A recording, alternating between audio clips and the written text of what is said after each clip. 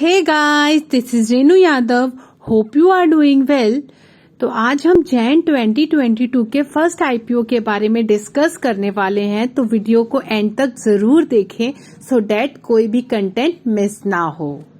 So guys, today we are talking about AGS Transact Technologies Limited. ये company mainly cash management and banking automation में काम करती है। अगर हम कैश मैनेजमेंट की बात करें तो सीएमएस इन्फो सिस्टम, जिसका आईपीओ आप लास्ट ईयर दिसंबर में देख चुके हैं, उसके बाद ये second largest cash management company है। ये कंपनी मेनली 3 बिजनेस सेगमेंट में ऑपरेट करती है, that is payment solution service, business automation, banking automation and other automation solution. अगर हम पेमेंट सॉल्यूशन सर्विसेज की बात करें तो ये company ATM outsourcing, CRM outsourcing, cash management services, digital payment solutions की सर्विस प्रोवाइड करती है।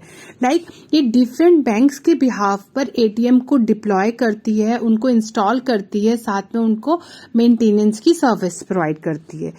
इतना ही नहीं, ये कंपनी लार्जेस्ट डिप्लॉयर है POS terminal at petroleum outlets की। आपने देखा होगा कि जो हम पेट्रोल पंप पे स्वाइप मशीन से पेमेंट करते हैं, उस स्वाइप मशीन की ये कंपनी जो है वो लार्जेस्ट डिप्लॉयर है। अगर हम बैंकिंग ऑटोमेशन की बात करें तो ये कंपनी एटीएम मशीन्स को डिप्लॉय करती है, उसको मेंटेन करती है। सिमिलरली सीआरएम मशीन्स को ये इंस्टॉल करती है। सीआरएम मशीन्स जिसमें कि जो नोट्स, जो कटे फटे नोट्स होते हैं, उनको जो जिस मशीन से उसमें उस मशीन जो है उसकी मशीन्स को ये इंस्टॉल और मेंटेन करती है। सिमिलरली ये करेंसी टेक्नोलॉजी प्रोडक्ट की सर्विसेज प्रोवाइड करती है, जिसमें ये नोट्स को डिनोमिनेशन के अकॉर्डिंग बाइफिकेट करती है। लाइक 100 के नोट अलग, 500 के नोट अलग, 2000 के नोट अलग, उसकी ये सर्विस प्रोवाइड करती है। वहीं अगर हम अदर ऑटोमेशन सॉल्यूशन की बात करें तो ये कार्ड स्वाइपिंग मशीन्स को इंस्टॉल करती है और उनसे रिलेटेड जो अदर सर्विसेज हैं वो भी प्रोवाइड करती है। इसके अलावा ये कलर डिस्पेंसिंग की भी सर्विस प्रोवाइड करती है।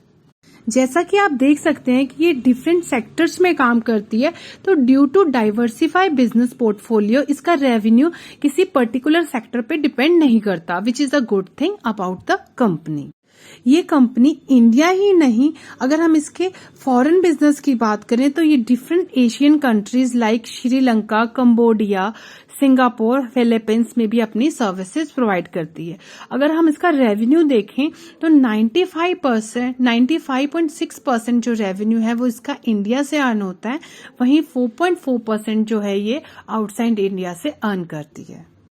अगर हम कंपनी की स्ट्रेंथ की बात करें तो ये company omni channel payments and cash solution provider है।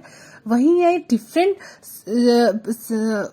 सेक्टर्स में सर्विसेज प्रोवाइड करती है, तो इसका रेवेन्यू किसी पर्टिकुलर सेक्टर में डिपेंड नहीं करता। वहीं strong capability to develop customise in house solutions. Next is strong in house infrastructure and technological capabilities. Now let's talk about the objective of the issue. जो कंपनी पैसा raise करने वाली है IPO से, उसका क्या करने वाली है? तो first is redemption of outstanding loan. तो कंपनी जो भी पैसा रेज करेगी आईपीओ से, उससे अपने आउटस्टैंडिंग लोन को रीपे करेगी, which is good thing about the company as well as for their shareholders, जिससे कंपनी को लो इंटरेस्ट पे करना होगा। नेक्स्ट इज लिस्टिंग बेनिफिट, जो कि हर आईपीओ का होता है। चलिए अब हम कंपनी के फाइनेंशियल्स के बारे में डिस्कस कर लेते हैं। तो ये सारा डाटा जो है वो मिलियंस में दिया गया है।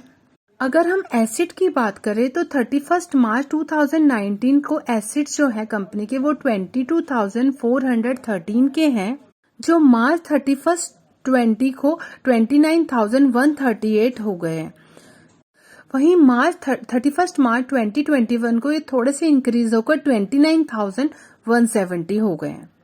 अगर हम रेवेन्यू की बात करें तो इनका revenue year by year decrease हुआ है। 31 मार्च 2019 को इनका रेवेन्यू 18,335 था, जो डिक्रीज होकर 17,971 हो गया है इन 31 मार्च 20 को, which is further decrease to 7,623 in 31 मार्च 2021 को। अगर हम इसके प्रॉफिट को देखें 31 मार्च 2019 में कंपनी अर्न कर रही थी 830 मिलियंस, वहीं 31 मार्च 20 को ये 547 मिलियंस हो गया और 31 मार्च 2021 को तो कंपनी लॉस इनकर कर रही है 181 मिलियन का। तो इस लॉस का एक रीजन तो कोरोना ही है। आप एज यू नो फाइनेंशियल्स तो कंपनी के कुछ खासे अच्छे नहीं है। Now let's talk about the IPO details. Company का जो आईपीओ है वो 19 जैन 2021 को ओपन हो रहा है और क्लोज हो रहा है 21 जैन 2022 को। फेस वैल्यू जो है वो 10 रुपीज पर इक्विटी शेयर्स है। आईपीओ का प्राइस 166 टू 175 पर इक्विटी शेयर्स होगा। मार्केट लॉट 85 शेयर्स का होगा। लिस्टिंग जो है वो बीएससी एनएससी दोनों पे होगी और एज यू नो ये सारा का सारा ऑफर फॉर सेल है, इसमें फ्रेश इशू कुछ भी नहीं है। तो जो 680 करोड़ का आईपीओ रेज हो रहा है वो सारा ऑफर फॉर सेल होगा। So if you are interested in this IPO तो आपको 19 जैन से 21 जैन के बीच में अप्लाई करना पड़ेगा। अलॉटमेंट की डेट 27 जैन 2022 होगी। अगर आपको अलॉटमेंट नहीं मिलती है तो रिफंड जो होगा इनिशिएट हो जाएगा 28 जैन 2022 को और अगर आपको शेयर्स मिल जाते हैं तो आपके डीमेट अकाउंट में 31 जैन 2022 को क्रेडिट हो जाएंगे और लिस्टिंग जो है वो 1 फेब 2022 को होगी। अब हम अगर जीएमपी की बात करें तो इसकी करंट जीएमपी 10 to 15% की है, which is not a good thing.